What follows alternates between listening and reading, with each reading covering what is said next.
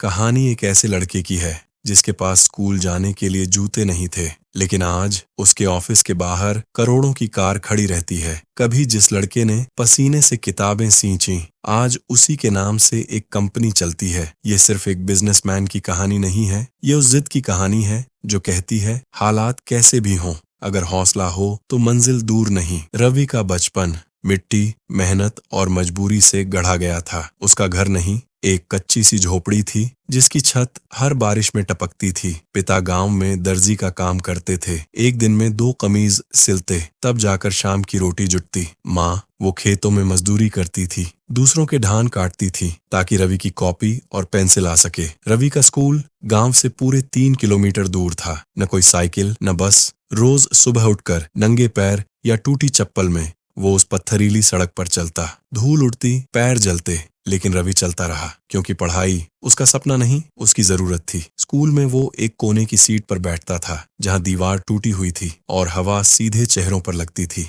दोस्त टिफिन में पराठा लाते थे, आलू सब्जी, जेम सैंडविच भी, और रवि उसके टिफिन में सिर्फ एक रोटी होती थी, नमक लगी हुई। कभी कभी तो नमक भी नहीं, लेकिन उसके चेहरे पर कभी शिकायत नहीं होती थी, क्योंकि उसके मन में एक आवाज रोज उठती थी, तू गरीब हो सकता है पर सपनों में कमी मत करना। वो कक्षा में सबसे चुप रहता, लेकिन सबसे तेज समझता था। टीचर कहते, इस बच्चे की आंखों में आग है, अगर हालात हार मान गए तो ये लड़का बहुत आगे जाएगा। और रवि जानता था, मेरे पास ब्रांडेड बैग नहीं है, लेकिन मेरा सपना ब्रांड बन सकता है। मेरे पास जूते नहीं हैं, लेकिन मेरे इरादों में ठोकरें खाने की ताकत है। मुझे कुछ बड़ा करना है, अपने लिए, माँ बाप के लिए और उन सब के लिए जो समझते हैं कि गरीबी में सिर्फ लाचारी होती है। 10वीं पास होते ही रवि ने गांव की गलियों को छोड़ा और शहर की भीड़ पकड़ ली। जेब में सिर्फ 250 रुपए और दिल में वो जिद जो कहती थी अब रुकना नहीं है। शहर में न कोई रिश्ता न पहचान, एक पुरानी सी बोरियां, एक फटा बैग और बस एक जोड़ी कमीज। दिन भर भटकने के बाद रवि को एक साइबर कैफे में काम मिला। 800 रुपए महीने पर। काम झाड़ू मारना, कीबोर्ड पहुंचना और कस्टमर को पानी देना। लेकिन रवि के लिए वो सिर्फ सफाई नहीं थी, वो था पहला कदम उस दुनिया की ओर जिसे वो समझना चाहता था। हर रात दुकान बंद होने के बाद रवि वहीं बैठ जाता। पुरानी कीबोर्ड पर उंगलियां घिसने लगती। गूगल खोलता, fast typing, MS Excel shortcuts, Photoshop basics. Internet उसके लिए मंदिर था और कीबोर्ड उसकी साधना। कुछ ही महीनों में रवि ने एक्सेल और फोटोशॉप पकड़ लिए थे। अब वो झाड़ू देते देते स्क्रीन पर डिजाइन भी समझने लगा था। एक दिन हिम्मत करके मालिक से बोला, सर मुझे भी कुछ डिजाइनिंग का काम दे दीजिए, मैंने थोड़ा सीख लिया है। मालिक ने हंसते हुए कहा, तू सिर्फ झाड़ू दे, डिजाइनिंग तेरे बस की नहीं। वो हंसी रवि के कान में नहीं, सीधा सीने में गूंज गई। लेकिन रवि ने सिर नहीं झुकाया। वो जानता था, जिस दिन मेरे हाथ में माउस होगा ना, उस दिन तू खुद बोलेगा, रवि तुझसे अच्छा कोई नहीं कर सकता। रवि के पास लैपटॉप नहीं था, इंटरनेट का ठिकाना भी नहीं, लेकिन मन में आग थी।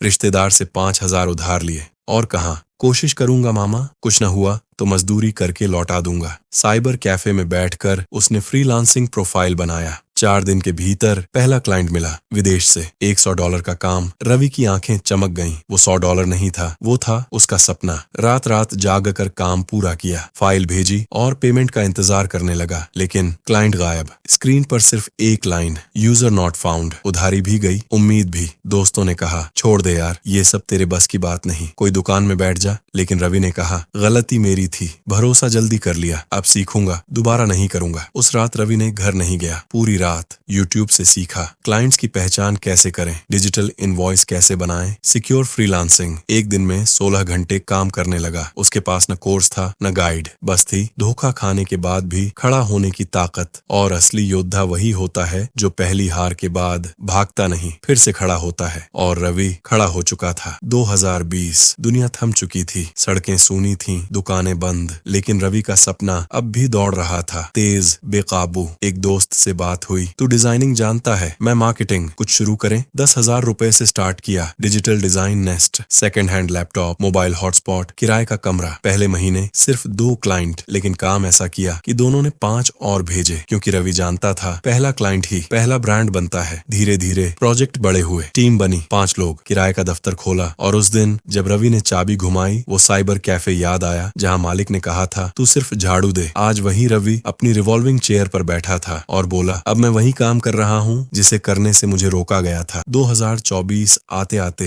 रावी एक कंपनी का मालिक बन चुका था। डिजिटल डिजाइन नेस्ट, करोड़ों का टर्नओवर, आईफोन, मैकबुक, गाड़ी, सब था। लेकिन सबसे बड़ी चीज, रवि अब 3 और लड़कों को जॉब दे रहा था जो उसकी तरह सपने लेकर शहर आए थे। और फिर एक दिन रवि गांव लौटा जहां कभी वो फटा बैग और नमक रोटी लेकर गया था। आज उसी गांव में कार रुकी और लोग बोले, कौन आया है? गांव के स्कूल में समारोह था। रवि को मंच पर बुलाया गया। माँ सामने बैठी थी, गर्व के आंसू लिए। रवि ने माइक पकड़ा, 4 सेकंड चुप रहा, फिर कहा, मुझे जूतों की कमी ने नहीं रोका, मुझे उस ताने ने ताकत दी जिसने कहा था तू कुछ नहीं कर सकता। फटे जूते नहीं हारते, हारते हैं वो जो बहाने बनाते हैं। सपना देखो लेकिन उसके लिए खुद लड़ो, कोई और नहीं आएगा तुम्हारे लिए लड़ने। और जिस दिन तुम खुद पर भरोसा करना सीख गए ना, तब तुम्हारी कहानी भी कोई मंच से सुनाएगा। पूरा हॉल तालियों से गूंज उठा और गांव के हर बच्चे ने मन में कहा, अगर रवि कर सकता है तो मैं क्यों नहीं। सिख, जिंदगी तुम्हें बार बार गिराएगी, कभी हालात से, कभी अपनों की बातों से और कभी अपने ही डर से। लेकिन जो